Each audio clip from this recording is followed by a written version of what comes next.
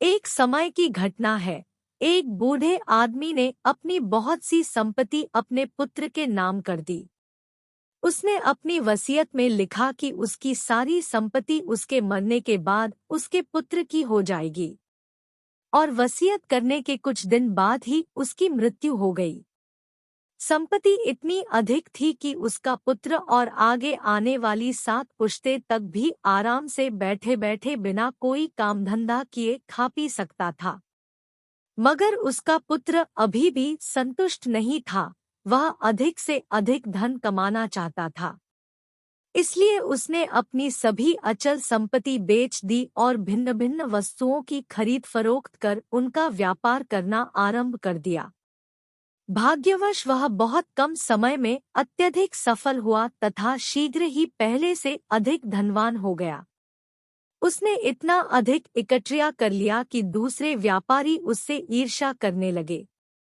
कभी कभी दूसरे व्यापारी या उसके मित्र उससे सफलता का रहस्य पूछते तो वह कहता, मैं इसलिए उन्नति कर रहा हूँ कि मैं अपने धंधे को समझता हूँ और कठारे परिश्रम करता हूँ। मैं अपने ग्राहकों को भी खुश रखना जानता हूँ। चूंकि उसने सचमुच व्यापार में तरक्की की थी, इसलिए उसके मित्र और अन्य व्यापारी उसकी शेखीबाजी को सच मानते थे। अपनी इस कामयाबी के कारण उसमें बड़ा ही अहंकार आ गया था। मगर उसे फिर भी अपने धन से संतुष्टि नहीं थी। वह अभी भी बहुत सा धन कमाना चाहता था।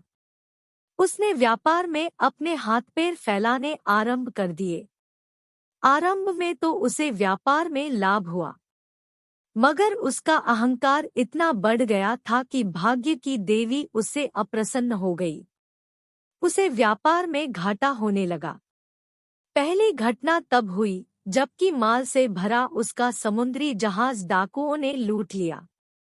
दूसरी घटना में माल से लदा जहाज अरब सागर में डूब गया। उसके भाग्य में कुछ न कुछ अपशुगन उत्पन्न हो गया था। तीसरी घटना ने उसे बिल्कुल ही उखाड़ फेंका। वह दर-दर का भिखारी बन गया। उसका सारा व्यापार चौपट हो गया। उसकी यह दुर्दशा देखकर उसके मित्रों ने पूछा, भाई, तुम्हारी यह दुर्दशा आखिर कैसे हुई? इस पर उसने अपने भाग्य को कोसा और कहा, क्या बताऊं, किस्मत ने साथ नहीं दिया। भाग्य की देवी उसकी बात सुनकर अप्रसन्न हो गई। वह साक्षात उसके सामने प्रकट होकर बोली, तुम सचमुच बहुत अकृतज्ञ हो।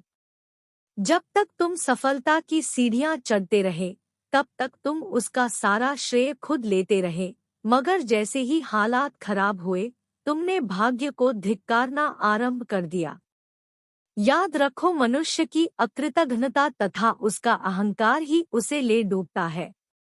निष्कर्ष, अहंकार से व्यक्ति का सर्वनाश हो जाता है।